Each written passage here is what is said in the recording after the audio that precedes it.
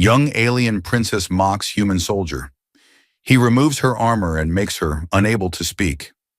The duel was to be a mere formality, an elegant tradition for the benefit of politics and parades, meant to reinforce the peaceful ties between the Saranthari Empire and the fledgling Human Federation. Nothing more than a performative clash of cultures played out in the sacred dueling atrium of Zelian Prime, beneath a sky dome that flickered with simulated stars and twin moons imported from archived planetary memories. But to Princess Valira of House Sarzenth, heir to 1,000 generations of psionic warbinders, this day carried a slightly more personal purpose: humiliating a human. She stood at the edge of the arena, her frame gleaming beneath ceremonial armor crafted from iridum silk steel. Light as a whisper, but strong enough to shrug off plasma fire.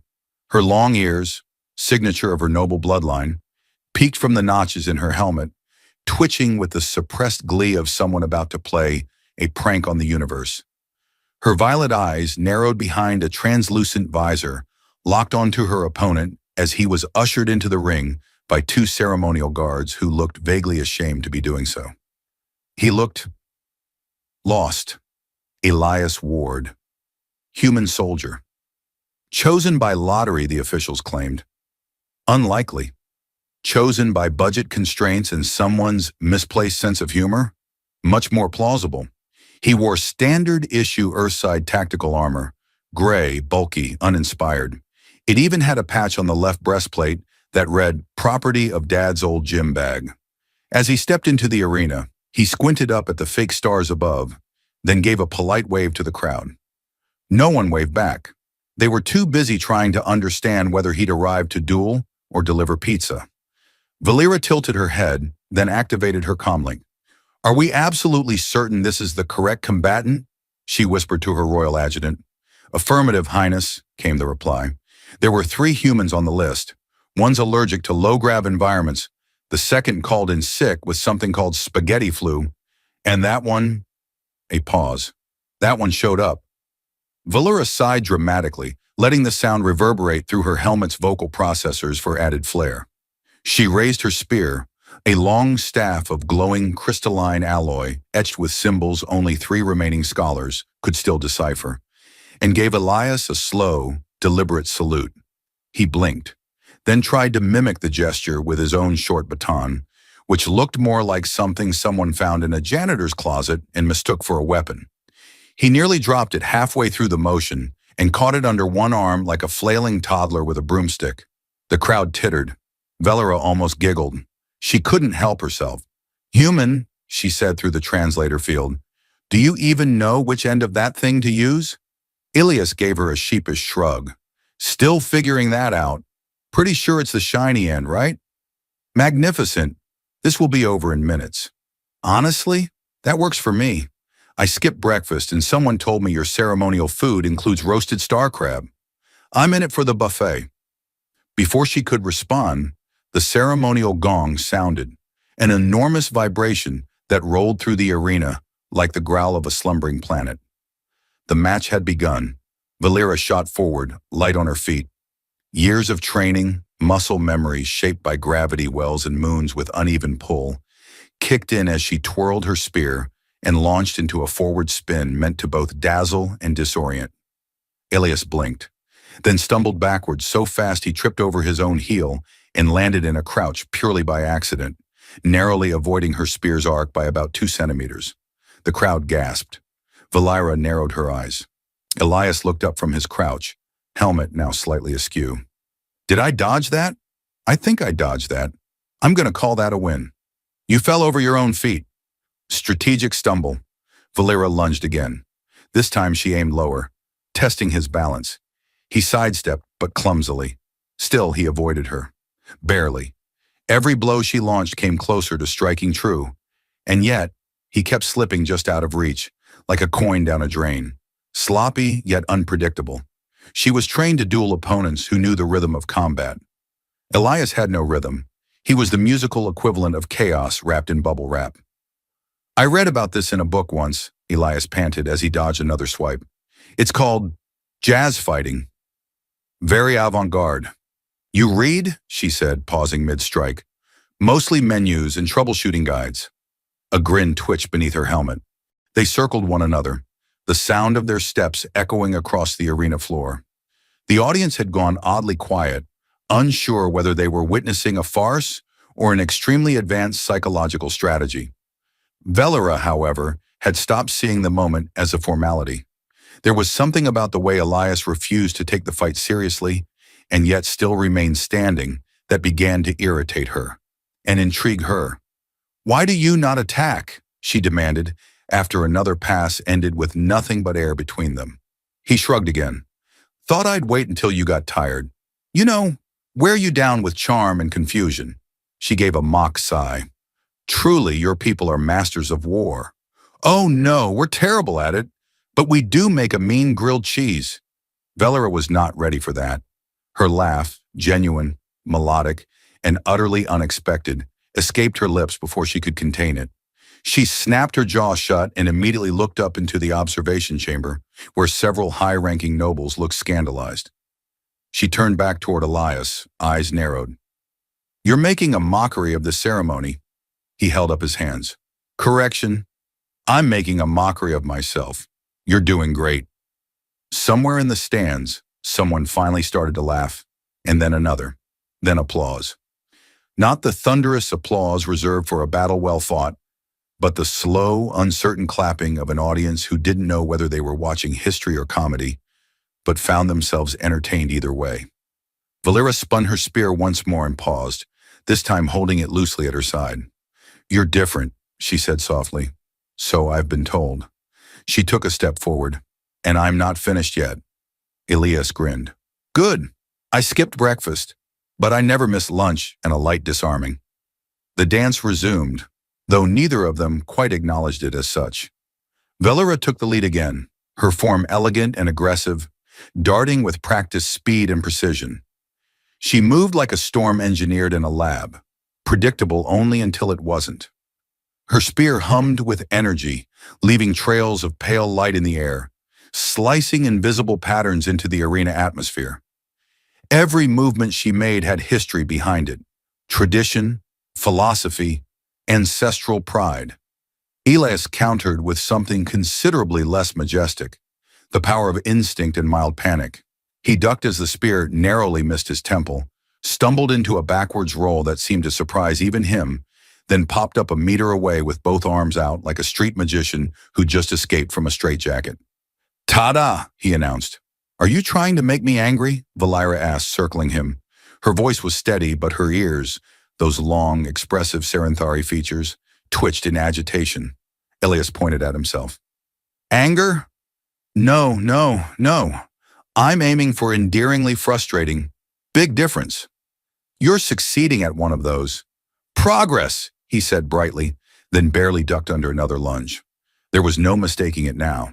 He wasn't just dodging by luck. His footwork, erratic and unschooled as it seemed, was evolving. He was beginning to read her patterns, anticipating not just the direction of her strikes, but the timing.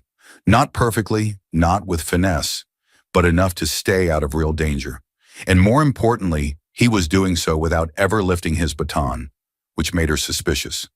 "Where did you train, Elias Ward?" she asked mid-strike, as he hopped over a low sweep that sent sparks dancing across the floor.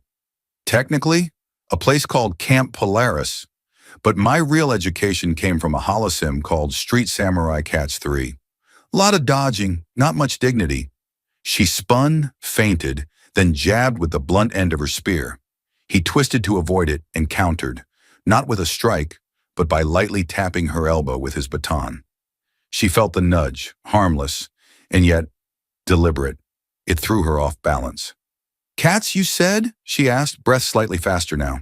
"Cybernetic ones. They solve crimes. There's jazz music. It's a whole thing."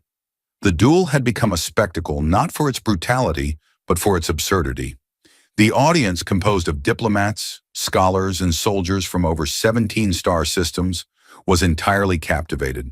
This was not what they had come to see, but somehow it was better. Even the emissary of Rulkuz, a 12-eyed jelly diplomat known for expressing emotion only during cosmic eclipses, had drifted forward in his hoverpod, producing a low, contemplative gurgle that one of his aides translated as fascinating. Valera, meanwhile, felt a change stirring in her. She had expected to crush her opponent's ego in the opening minutes. Yet here she was, armor intact, pride slightly bruised, and entertained? She hated that word. Enough, she snapped. Fight me properly. I am fighting properly, Elias said, shrugging as he backed away from another of her strikes. I'm just using the ancient earth martial art known as not dying. I could end this in a moment. Then why haven't you? That question, sharp and unwelcome, landed with more weight than she expected. In truth, she didn't know. She could have ended it. She should have ended it. But every time she found herself with the advantage, an opening to strike, a moment where precision would allow her to disarm him completely, she hesitated. Not because she couldn't do it, because some part of her didn't want to. Valera stepped back, spinning her spear once more and planting the butt against the arena floor. Your stance is inefficient, she said coolly. Your reactions are clumsy. Your humor is juvenile. And yet, Elias said, resting his baton on his shoulder, here we are. A beat. Then, without warning, Valera moved in again. But this time, her strike wasn't toward his torso or his head. It angled low, at his left leg, and Elias reacted a split second too late. The tip of her spear grazed his knee guard, and he stumbled. Point for the princess, he muttered, catching himself on one hand. Before he could rise, Valera's spear came down, but she stopped it an inch above his chest. Not a killing blow, not even a winning one. He looked up at her, unafraid. You sure you don't want to just hit me and declare victory? She stared at him for a long moment, then tilted her head. You keep saying you're untrained, she said slowly, but you're adapting. You're watching, calculating. Where did you really learn to fight like this? Elias pushed himself upright, brushing off dust with casual grace. Truth, he said. My big sister used to beat me up a lot. Eventually, I just learned how not to be in the way. Valera blinked. Your sibling trained you? More like emotionally scarred me with a hairbrush. But sure, let's call it training. Despite herself, Valera chuckled. It was quick, involuntary, and so unlike the composed, weaponized dignity expected of her. She hated that too. You're impossible, she muttered. You say that like it's a bad thing. They circled once more. The tempo had shifted again. No longer just evasion and performance. There was rhythm now. Play, challenge. He stepped forward for the first time with intent. Not a retreat, not a dodge, but engagement. His baton rose slightly, more a question than a threat. Valera's eyes narrowed, and for the first time, she let him in. The silence in the arena wasn't empty. It was dense, charged with something unspoken and rare. It wasn't tension, not exactly.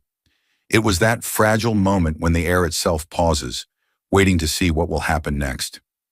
Princess Valera felt it in her bones, in the delicate twitch of her long ears beneath her helmet, in the subtle tremor of her fingers still wrapped around the smooth shaft of her spear. Elias Ward, earthborn, underdressed, entirely too casual, was finally stepping toward her like a real combatant. Not just dodging, not just joking, engaging, but he didn't attack. Instead, he raised his baton with both hands, then turned it upside down and offered it to her like a peace offering, or a spatula he'd accidentally brought to the wrong battle. I think I broke this, he said, or it was already broken and no one told me. Can you confirm? Valera stared at him, her visor glinting under the dome's artificial starlight. She tilted her head and for the first time didn't hide her smile. That's a training baton, human. It's not meant to break. Then I've clearly misunderstood its purpose, Elias replied, because all it's done so far is make me look like a man trying to swat invisible bugs. Valera relaxed her stance, letting her spear dip slightly. The crowd murmured in confusion. This wasn't combat anymore. This was something stranger. She stepped forward and reached for his baton, not to take it, but to examine it. And then, in a move as precise as a starship docking at a rotating orbital port, she knocked the weapon from his hands, spun it once in the air, and used her foot to send it sliding across the arena floor behind him. There, she said. Now we're even. Elias blinked. So no weapons? That seems incredibly optimistic of you. You haven't used yours once. I've been busy dodging and improvising. It's my entire strategy. Also, I'm very attached to not being skewered. Then let's see what you can do, she said, stepping back and raising her hands in a defensive stance, fingers curled and palms open. Elias sighed. Hand-to-hand combat with an alien princess, just like my high school guidance counselor predicted. He moved in cautiously, hands up, posture somewhere between martial arts and, I'm holding a very delicate birthday cake. Valira fainted just to test him. He jumped back, overreacted in fact, landed with a grunt, and immediately waved both hands like a traffic cop in a malfunctioning gravity lane. Time out. My shoelace might be untied. You don't have shoelaces. Well then, someone sabotaged my socks. Despite herself, she laughed. It wasn't a mocking laugh. It was sharp, short, and real. And Elias noticed. His eyes flicked to her face, not in challenge but in recognition. Something had changed. The duel had become personal, but not hostile. She lunged, he ducked. He countered somewhat unexpectedly by stepping into her reach and trying to grapple. The move was clumsy, but not ineffective. His arms locked around her waist with surprising strength, and for a moment, she felt her balance shift. She spun, used her momentum to toss him sideways. He rolled with it, hit the ground with a grunt, and immediately groaned. I think I just bruised a rib. You landed on your shoulder. Then I think my shoulder's been promoted to rib status. She offered a hand. He took it. And in that brief contact, gloved fingers meeting gloved fingers, there was something else. Not psionic connection, not energy resonance. Just warmth, shared breath. A moment of closeness that neither of them could quite define. Valira stepped back. You are a strange warrior. I get that a lot, usually from people I've accidentally elbowed in the face. She eyed him thoughtfully. Then in a move that caused a collective gasp from the crowd, she reached up and unclasped one of the side plates of her armor. The smooth silver panel slid free and clattered softly to the floor. Elias's brow lifted. Are you disarming yourself? Matching your disadvantage? You're going to make the entire royal armory very nervous. One piece for one move, she said. Let's continue. And they did. For the next several minutes, the duel was less a battle and more a conversation spoken in motion, a dance choreographed by instincts and trial. Valira struck high, low, feinted left, rotated with sudden grace. Elias responded with clumsy but improving timing, grabbing her wrist at one point, pivoting her away from him, nearly tripping over her ankle, and turning it into a stumble that conveniently saved him from a counterstrike. With each pass, another piece of armor came off. Her right forearm guard, her shoulder plate, the mirrored thigh panel that reflected the arc of his movement. It wasn't ritual anymore. It wasn't performance. It was choice. She was letting herself be seen, and Elias, for all his fumbling awkwardness, wasn't laughing. He was watching, respectfully, carefully, not just her fighting, but her, the woman beneath the silver, beneath the legend, the one no one else dared to approach without kneeling. Finally, as the rhythm of the fight slowed, as they both caught their breath under the false starlight and the not-quite-real moons, Elias stepped closer and lifted his hand, not to strike, but to reach for her helmet. She didn't stop him, not with her hands, not with her voice. The clasp hissed as he found the release mechanism. The helmet detached with a subtle click, and he removed it with both hands, slowly, as though uncovering something ancient and fragile. Her hair, long and silver like moon thread, tumbled free around her shoulders. Her violet eyes met his, and for the first time since the duel began, Princess Valira had nothing to say. A hush fell over the arena like a soft pressure drop. A vacuum not of air, but of expectation. For all its artificial grandeur, the sky dome above flickered gently, as if sensing the shift in gravity between the two combatants now standing motionless at the heart of the atrium. Elias held the helmet in his hands like it might combust or whisper secrets if shaken too hard, and Valira stood bareheaded, her long silver hair cascading down like strands of polished starlight, ears drawn back in a way that made her look, what was the word? Vulnerable. The crowd, stunned into silence, now reacted in scattered bursts, some gasps, some murmurs, a few confused beings whispering to their neighbor in galactic trade dialect. High above in the observation tier, a delegation of Serenthari nobles leaned forward simultaneously, as if they shared a spine. Elias cleared his throat, gently cradling the princess's helmet like it was a borrowed library book he'd already spilled soup on. So, I guess that's not regulation, he said. Valera blinked at him, clearly trying to reassemble the composure she'd been born into. Her first instinct was to scold him, to reassert control of the moment, but the words didn't come. She wasn't sure what had disarmed her more, his technique, his touch, or the fact that she hadn't expected to let him. "It's warm," she finally said, nodding toward her helmet. "Bit stuffy in there, yeah," Elias replied. "Smells like ozone and very expensive shampoo. That would be the ceremonial conditioner of House Sarzenth, infused with crushed moon blossoms.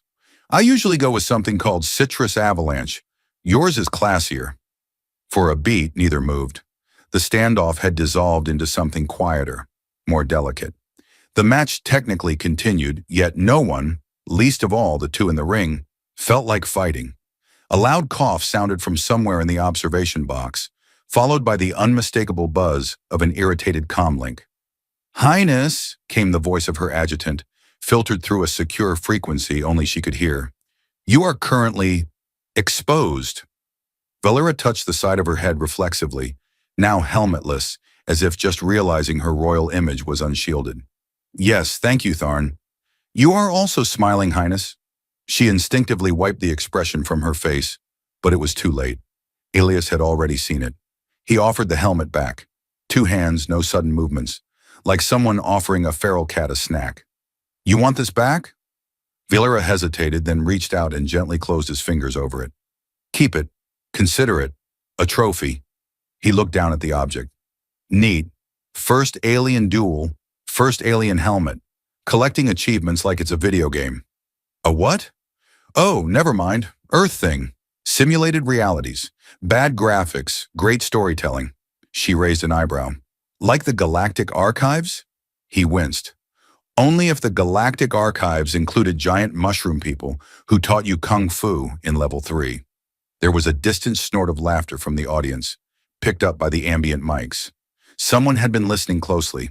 A flicker of movement pulled their attention to the edge of the arena, where 2 ceremonial drones hovered down from the rafters, projecting a slowly spinning sigil in midair. The royal crest of Serenthari, now overlaid with a pulsating violet glyph. The duel was being flagged, not ended. "Flagged for review of purpose?" Valera sighed. "That means the officials have no idea what to do with us." Elias nodded. "To be fair, I barely know what I'm doing." He paused, then squinted upward. "Also, I think one of the drones just winked at me." "That one's Tharn. He does that." The princess walked a slow circle around him, examining Elias not as an opponent, but as something more curious, a paradox. He lacked formal technique, yet adapted like liquid metal. He mocked, deflected, charmed, yet never disrespected. His humor was his shield. And she, trained to see weakness in laughter, was now unsure if perhaps he was the only one who had figured out how to survive this galaxy without fear. "You're different from what I expected," she said. "I get that a lot. You could have struck when my balance was off. You didn't. You could have vaporized me with your spear in round 1. You didn't, because I thought you were too slow. And now, I'm reevaluating." A beat passed. Elias stepped away from the center and stretched his arms overhead with a loud groan that echoed around the polished arena walls. "You know, I think my spine folded in 3 new directions during that fight. One of them might be useful for sleeping on long shuttle rides." Valera smirked. "Our physiology is more flexible. We sleep hanging upside down from thermal vines." He gave her a wary side eye. "Are you joking?" "I might be." "That's deeply unsettling." Another signal pulse flashed from the drones, and a new holographic glyph shimmered to life above them, this one reading, "Proceed to final gesture." Elias scratched his head. "Final gesture?" "It's the ceremonial conclusion. In lieu of a declared winner, the duelists exchange something symbolic, a mark of shared experience." "Oh, like a friendship bracelet?" "More like mutual diplomatic ambiguity. But yes, essentially." She stepped toward him again, then reached out, not for his baton, not for a handshake, but for the patch on his armor. The one that read, "Property of Dad's old gym bag." He raised an eyebrow. "That's, sentimental." "I'll return it," she said. "Eventually." He chuckled, then plucked a small silver ring from the base of her spear, an ornamental loop used to bind it to her backplate. "A trophy for a trophy," he said. "Even trade." They exchanged the items, each handling the others with care. The audience watched, breath held. Valera tucked the patch into her belt sash. Elias looped the ring onto his baton. The duel was over. No blood spilled. No egos shattered. Just one disarmed princess, and one human soldier holding a helmet full of questions. 2 days later, the dueling atrium of Zelian Prime was quiet, its floors scrubbed clean of scuffs, its air reoxygenated with synthesized pine scent for the next round of ceremonial drama. The lights hummed overhead as if bored. Even the drones had been assigned more exciting duties, like patrolling banquet halls for improperly stacked dessert trays. The spectacle had ended, but echoes of it still wandered the corridors in the form of gossip, memes, and diplomatic confusion. Inside the high embassy tower, Elias Ward stood in front of a reflective wall panel, fiddling with the collar of a freshly pressed diplomatic uniform that felt far too stiff, far too important. He had been summoned, not arrested, surprisingly, to attend an interspecies reception hosted in honor of what was now being called the Duel of Unintended Implications. A 300-page report had been filed just to figure out whether what happened was technically a victory, a draw, or an interstellar flirtation. He tugged on his collar again and sighed. How do people breathe in these things? Did someone calibrate this for giraffes? Behind him, a soft chime sounded. The door opened. "Most humans wear those without complaint," came a familiar voice. "Perhaps you're uniquely unsuited for dignity." Elias turned to find Princess Valera standing in the doorway. No longer armored, no longer encased in ceremonial regalia, but dressed in a sleek diplomatic robe that shimmered like moving mist. Her long ears were adorned with silver threadwork, and the patch he'd given her, property of Dad's old gym bag, was sewn over her heart like an emblem of war. It looked completely absurd. It also looked right. "Your Highness," Elias said, giving a crooked bow, "you look like someone who could end a war just by raising an eyebrow." She stepped inside, folding her hands behind her back. "I nearly did." The grand strategist of Othrak wanted to file an official protest when I laughed mid-duel. He said I dishonored the ancestral rites. "You did laugh. You also kicked me in the side, which in Earth culture is generally considered flirting." Valera raised an eyebrow. Elias grinned. "Or maybe I made that up just now. Jury's out." They shared a moment of silence, not awkward, but loaded with a kind of invisible frequency only the two of them seemed tuned to. The atmosphere between them had shifted, no longer defined by duty or ceremony, but by memory and meaning. "I heard the council reviewed the footage," Elias said. "Did they ever decide what to call the whole thing?" "Technically, it was ruled a diplomatic entanglement of nonviolent resolution." He blinked. "That sounds like the name of a very boring romance novel." "It does," she agreed, "which is why I had it translated to Saranthari as the Armorless Hour." He tilted his head. "That's either poetic or ominous." "Both," she said, stepping beside him to look into the mirrored wall. "It's strange. I've worn armor since I was 12, not just on my body, in my speech, in how I walk, how I command. I was taught to be untouchable. Untouchable meant unassailable. And then a human soldier tripped over his own boot and made me laugh during a sacred rite." Elias looked at their reflections, one royal, one accidental, and gave a small smile. "You're welcome." She turned to face him. "And you? You didn't come here to make history." "Nope. I came because someone forged my signature on the sign-up form. Still haven't found out who. I suspect Jenkins. He owes me a soda." "But you did make history," she said. "Not with a weapon, with something else." He shrugged. "Charm? Clumsiness? Clarity." That gave him pause. "Clarity? You weren't trying to win. You weren't trying to impress. You were just present, entirely, foolishly, honestly present. And that disarmed me more thoroughly than your hands ever could.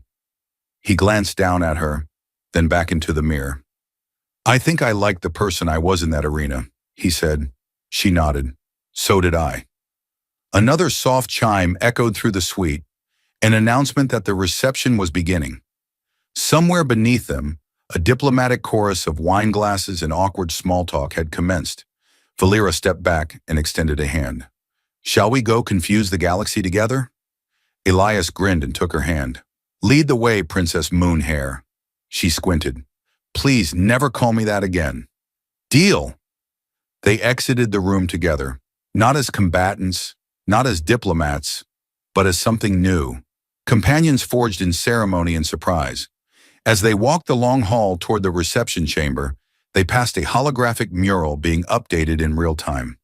It showed the great dueling atrium, stylized and dramatic, with the two of them in mid-motion, she striking with elegance, he dodging with chaotic brilliance. Around them, a swirl of alien script translated into 16 different languages.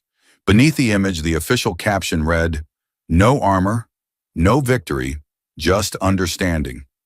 Later, Elias would stand at the edge of the reception with a glass of something fizzy that glowed slightly in the dark and ponder how absurd the galaxy truly was. He was a footnote in history, a strange one, and for the first time in his life, he didn't feel like he had to apologize for not knowing all the rules. Valera stood nearby, listening to a diplomat praise her restraint during the duel. She gave no response, merely watching Elias across the room, smiling faintly. She had entered the duel armored in tradition and ego. She left it knowing she could laugh without losing anything worth keeping, and perhaps, just perhaps, that was the greatest victory of all.